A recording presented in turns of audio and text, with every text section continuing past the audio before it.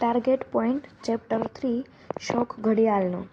જાત મહેનતે પોતાનો બિઝનેસ ઊભો કરનાર એક યુવાન હતો. નામ હતું પરેશ.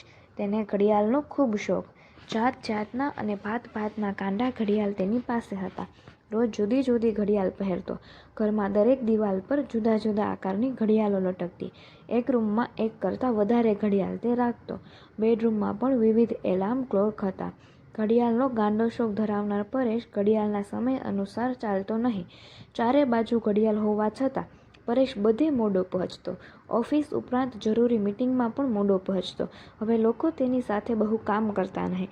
ધીમે ધીમે ધંધાને અસર થવા લાગી.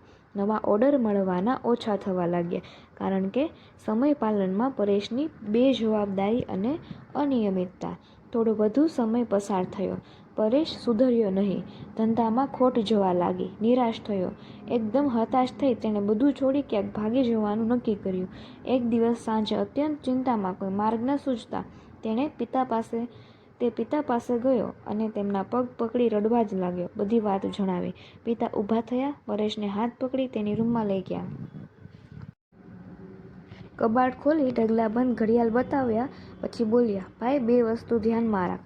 એક તો ઘડિયાળ જે બતાવે છે તે સમયનું માન રાખતા શીખ. સમયનું પાલન કર અને બધા કામ સમયસર પૂરા કર. ઘડિયાળો ભેગી કરવાનો અને પહેરવાનો ટીંગાડવા માત્રનો શોખ ન રખાય. ઘડિયાળમાં માત્ર સમય ન જોવાય. જેમ ઘડિયાળ સતત અટક્યા વિના કામ કરતી રહે છે, તેમ અટક્યા વિના કામ કરતા રહેવું જોઈએ. તું હિંમત હારીને અટકી ન જા.